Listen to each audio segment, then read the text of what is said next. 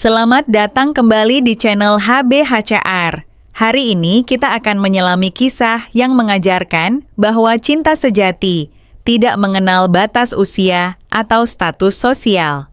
Ini adalah kisah tentang seorang kepala desa perempuan, janda berusia 52 tahun, yang dikenal anggun, disegani, dan sangat menjaga nama baik.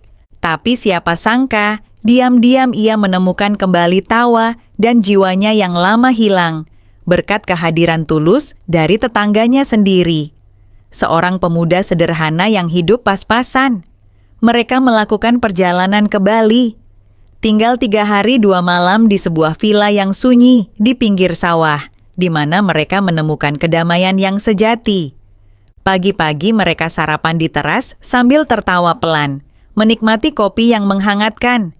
Siang hari, mereka naik ATV melintasi desa, baju basah kena lumpur, bebas dari segala tuntutan citra.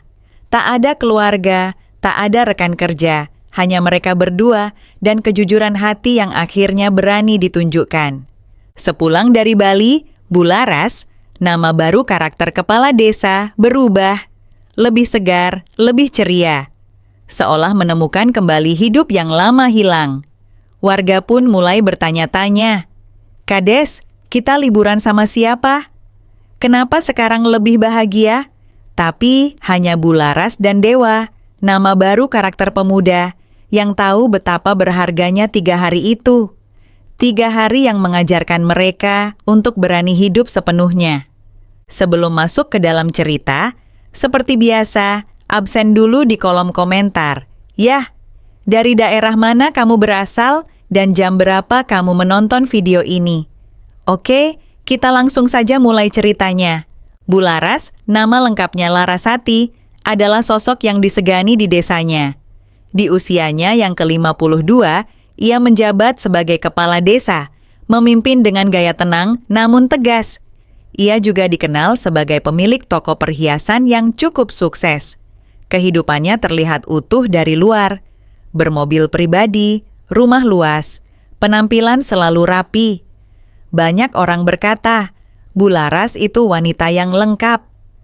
Namun, kesempurnaan itu menyimpan ruang kosong yang pelan-pelan membesar sejak 5 tahun lalu. Suaminya meninggal mendadak.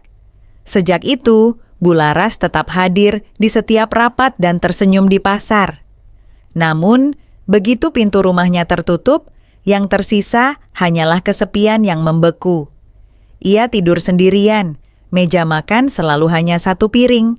Beberapa pria sempat mencoba mendekati, tapi semua ditolak halus. Bularas hanya ingin seseorang yang bisa hadir dengan tenang, tanpa niat mengguncang hidupnya. Dan entah sejak kapan, kehadiran itu pelan-pelan muncul dari rumah di sebelah. Dewa, tetangga muda di samping rumah Bularas, tinggal hanya berdua dengan ibunya. Usianya akhir 20-an. Perawakannya biasa, tapi sikapnya berbeda. Ia sopan, pendiam, tapi cepat tanggap. Saat pertama kali membantu Bularas mengangkat galon air, ia tidak banyak bicara, hanya angguk, kerja cepat, lalu pamit sopan. Sejak hari itu, Dewa tidak pernah menawarkan bantuan secara langsung, tapi ia selalu ada saat dibutuhkan. Saat genteng bocor, ia datang sendiri. Saat listrik padam, ia memperbaiki dengan tenang. Semua dilakukan tanpa banyak basa-basi, bahkan rela mengantar Bularas ke kota dengan mobil tua milik pamannya. Selama hampir 2 tahun, Dewa jadi bagian dari keseharian Bularas.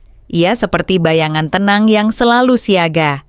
Dari antar belanja, memperbaiki lemari, hingga mengurus kebun. Hubungan mereka jelas. Satu pihak butuh bantuan, satu pihak memberi bantuan. Tapi, seiring waktu, hubungan itu berubah.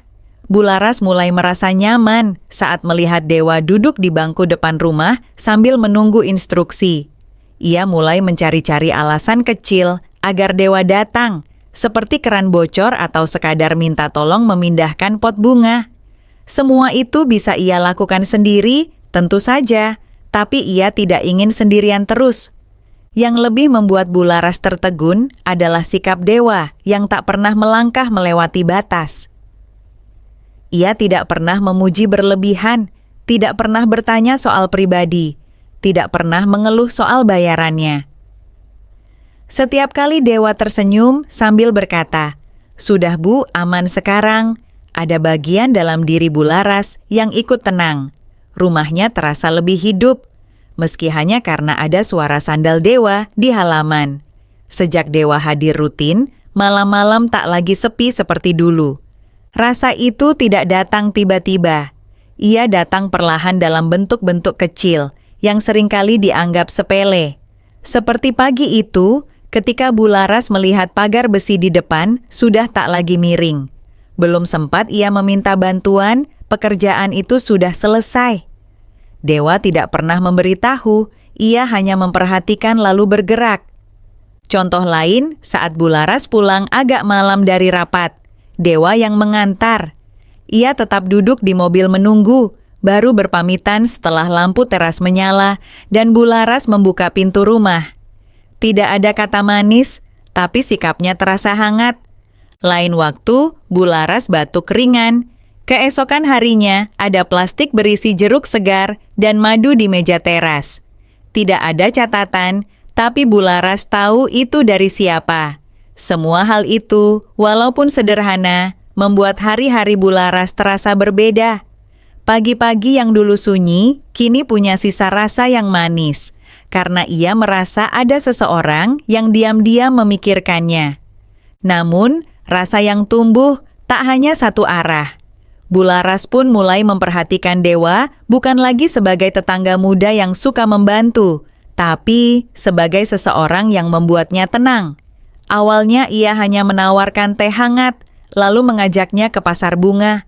Mereka mulai berbagi cerita kecil, Dewa tentang masa kecilnya yang sulit, tentang cita-citanya yang kandas, dan ibunya yang bekerja keras.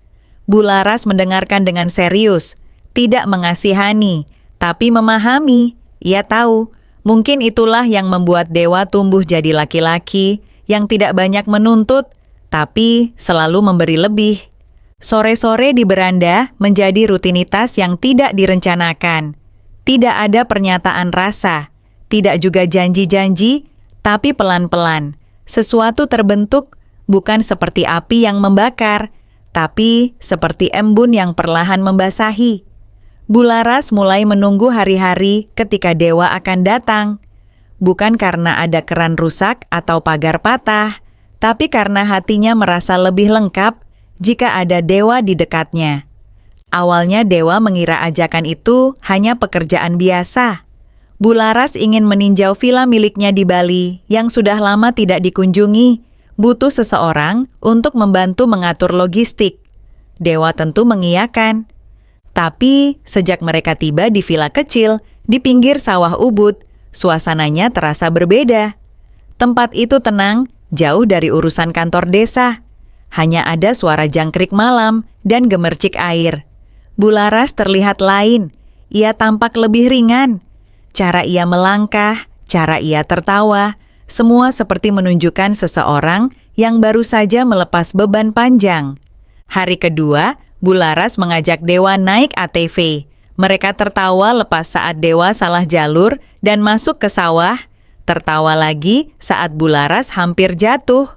Tidak ada citra yang dijaga, hanya tawa yang jujur tanpa penyangga. Sore itu, mereka pergi ke pantai yang sepi. Bularas duduk di atas pasir. Dulu aku sering ke pantai sama almarhum suami, tapi rasanya beda. Dulu lebih seperti rutinitas, liburan ya liburan, tapi sekarang rasanya kayak aku benar-benar ada di sini. Hidup, katanya pelan, memandang ke laut.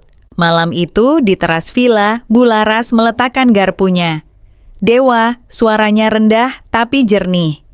Aku enggak tahu kamu sadar atau enggak, tapi selama 3 hari ini aku merasa jadi orang lain. Kamu bikin aku bisa lepas dari semua yang biasanya membelenggu. Sudah lama sekali aku enggak merasa hidup kayak gini. Tertawa tanpa mikir, tidur nyenyak, dan kamu alasannya? Dewa terdiam. Bularas, ucapnya ragu. Saya juga ngerasa hal yang sama, tapi saya takut salah langkah. Bularas tersenyum. Tenang aja, aku enggak minta apa-apa Dewa. Aku cuman pengen kamu tahu itu saja.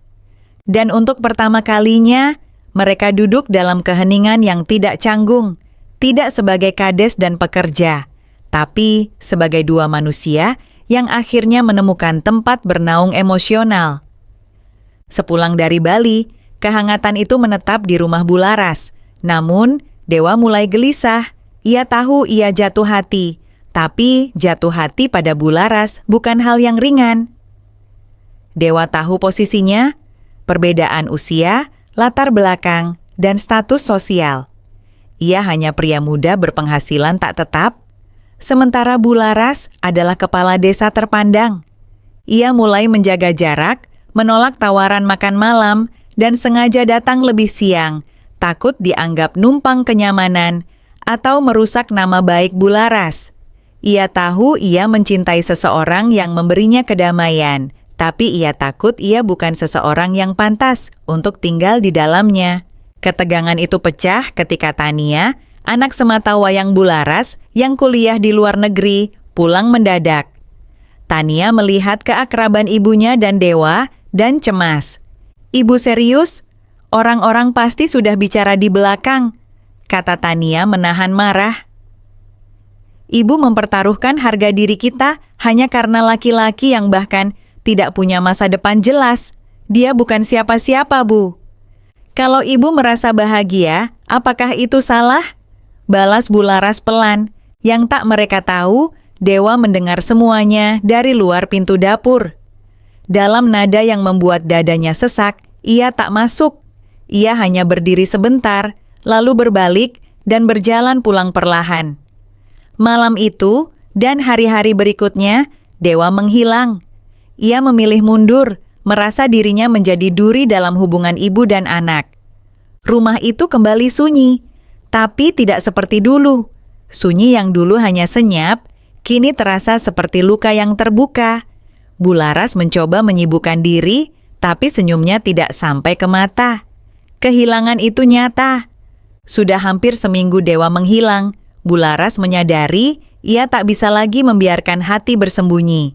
Ia mengambil kunci mobil, didorong oleh hati yang tak mau lagi menahan. Ia mendatangi rumah Dewa. Mereka duduk di bangku kecil di teras. "Aku enggak mau pura-pura lagi, Wah," kata Bularas pelan, menyebut nama Dewa dengan keakraban yang lama hilang. "Bukan cuma karena aku kehilangan kamu di rumah itu, tapi karena aku sadar aku kehilangan diriku sendiri setiap kali aku pilih diam." Dewa menunduk, gelisah. "Aku tahu orang akan bicara, tapi aku juga tahu satu hal. Aku butuh seseorang yang hadir. Bukan yang sempurna, tapi yang mau duduk diam di beranda saat hari-hari terasa sepi. Dan kamu selalu hadir. Bahkan saat aku sendiri, enggak sadar aku butuh seseorang." Matanya menatap langsung ke arah Dewa. Dewa menghela napas. "Saya juga ngerasain hal yang sama, Bu. Tapi saya takut. Saya enggak bisa janji bawa ibu ke tempat mewah. Saya enggak punya apa-apa buat ditawarkan, selain perasaan yang enggak pernah saya main-mainkan." Bularas tersenyum. "Yang aku butuhkan bukan pelindung, Wah, tapi teman hidup. Teman sejati yang bisa ada saat semuanya hilang arah."